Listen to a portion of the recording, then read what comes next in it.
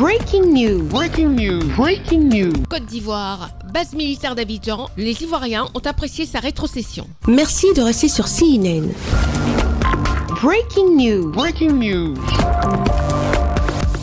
Symbole de la présence militaire étrangère en Côte d'Ivoire, la base militaire d'Abidjan entame un nouveau chapitre. Elle sera officiellement rétrocédée aux forces armées ivoiriennes en janvier 2025.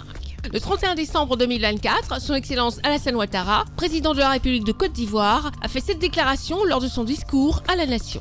Le camp du 43e BIMA, le bataillon d'infanterie de marine de Port-Bouët, sera rétrocédé aux forces armées de Côte d'Ivoire dès ce mois de janvier 2025. Pour marquer cette nouvelle étape de la vie de notre armée, j'ai décidé de baptiser ce camp du nom du général Ouattara Thomas Dakin, militaire au parcours exceptionnel et tout premier chef d'état-major de l'armée ivoirienne. Cette transition représente une avancée cruciale dans la quête de la souveraineté de la Côte d'Ivoire. L'ancienne base militaire du 43e BIMA, située à Port-Bouët, portera désormais le nom de général Ouattara Thomas Dakin, en honneur au premier chef d'état-major de l'armée ivoirienne. Ouattara Thomas Dakin, je crois savoir que c'est le premier chef d'état-major de la Côte d'Ivoire.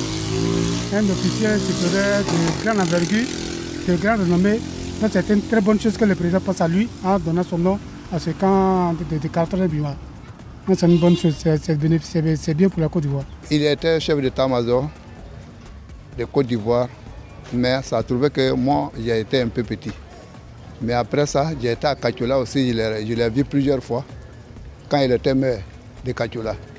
Pour moi, c'est un remerciement que je fais à l'encontre du président de la République d'avoir pensé à notre ancien chef d'état-major. Voilà, c'est ce que je peux faire. La restructuration de cette installation militaire génère simultanément optimisme et questionnement au sein des communautés locales. Ce passage de contrôle représente une étape clé pour la Côte d'Ivoire dans sa recherche de souveraineté. Merci d'être sur CNN, la télévision autrement. Les programmes se poursuivent. Retrouvez toute l'actualité afro-mondiale en ligne et en multidiffusion sur CNN, C-Web Info et plateformes digitales, Facebook, YouTube, Instagram et en simultané sur Radio Voltage 2.